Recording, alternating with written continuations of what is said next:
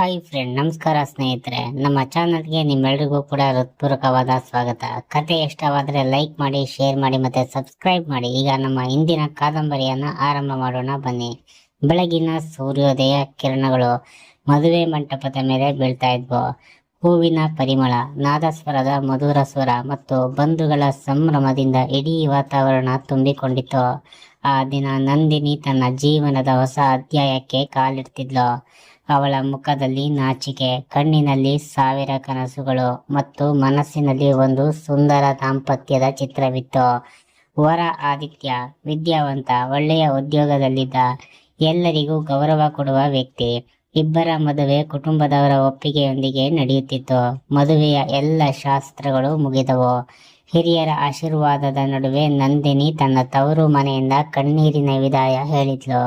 ಹೊಸ ಮನೆಗೆ ಬಂದಾಗ ಎಲ್ಲರೂ ಅವಳನ್ನು ಆತ್ಮೀಯವಾಗಿ ಸ್ವಾಗತ ಮಾಡಿದ್ರು. ನಮ್ಮ ಮನೆಗೆ ಲಕ್ಷ್ಮಿ ಬಂದಿದ್ದಾಳೆ ಎಂದು ಅತ್ತೆ ಸಾವಿತ್ರಿ ಪ್ರೀತಿಯಿಂದ ಹೇಳಿದ್ಲು. ನಂದಿನಿಯ ಮುಖದಲ್ಲಿ ಸ್ವಲ್ಪ ನಗು ಕೂಡ ಮೂಡಿತು. ಈ ಮನೆಯಲ್ಲೂ ತಾನು ಸಂತೋಷವಾಗಿರ್ಬೋದು ಎಂಬ ಭರವಸೆ ಅವಳ ಮನದಲ್ಲಿ ಮೂಡಿತು. ರಾತ್ರಿ ನಿಧಾನವಾಗಿ ಇಳಿಯತೊಡಗಿತು.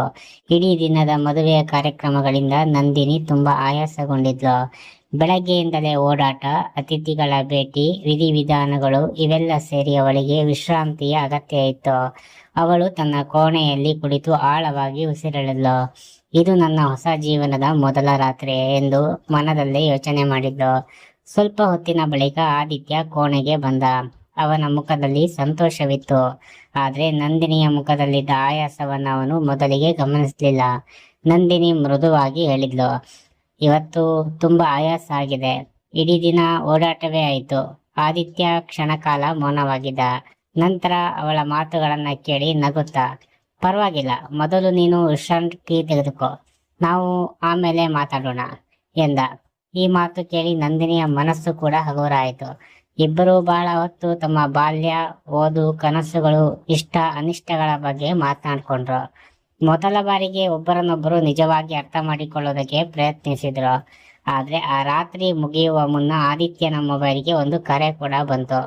ಅವನು ಕರೆ ಸ್ವೀಕರಿಸಿದ. ಮಾತನಾಡ್ತಾ ಇದ್ದ. ಅವನ ಮುಖದ ಬಣ್ಣ ನಿಧಾನವಾಗಿ ಬದಲಾಗತೊಡಗಿತು. ಏನು, ನಿಜವಾ? ಈಗಲೇ ಬರ್ತೀನಿ ಎಂದು ಆತಂಕದಿಂದ ಹೇಳ್ದ. ಕರೆ ಮುಗಿದ ತಕ್ಷಣ ಅವನು ಹೊರಡೋದಕ್ಕೆ ಸಿದ್ಧನಾದ. ನಂದಿನಿ ಆಶ್ಚರ್ಯದಿಂದ ಕೇಳಿದ್ಲು, ಏನಾಯ್ತು? ಆದಿತ್ಯ ಉತ್ತರಿಸಿದನು, ಒಂದು ತುರ್ತು ವಿಷಯ ಬಂದಿದೆ, ನಾನು ಬೇಗ ಬಂದ್ಬಿಡ್ತೇನೆ. ಅವನು ಆತುರದಿಂದ ಹೊರಟ. ಕೋಣೆಯಲ್ಲಿ ನಂದಿನಿ ಒಬ್ಬಳೇ ಉಳಿದ್ಲು. ಹೊಸ ಮನೆ, ಹೊಸ ಸಂಬಂಧ, ಹೊಸ ಬದುಕು. ಆದ್ರೆ ಮೊದಲ ರಾತ್ರಿಯೇ ಹೀಗೆ ಅನಿರೀಕ್ಷಿತ ತಿರುವು ಪಡೆಯುತ್ತದೆ ಎಂದು ಅವಳು ಊಹಿಸಿರ್ಲಿಲ್ಲ. ಅಷ್ಟರಲ್ಲಿ ಹೊರಗಿನಿಂದ ನಿಧಾನವಾದ ಧ್ವನಿ ಕೂಡ ಕೇಳಿಸ್ತು. ಆ ವಿಷಯ ನಂದಿನಿಗೆ ಈಗಾಗಲೇ ಗೊತ್ತಾಗಬಾರದು. ಆ ಮಾತು ಕೇಳಿದ ನಂದಿನಿ ಹೃದಯ ಬಡಿತ ವೇಗವಾಯಿತು. ಯಾವ ವಿಷಯವನ್ನ ಅವಳಿಂದ ಮರೆಮಾಚಲಾಗ್ತಿದೆ?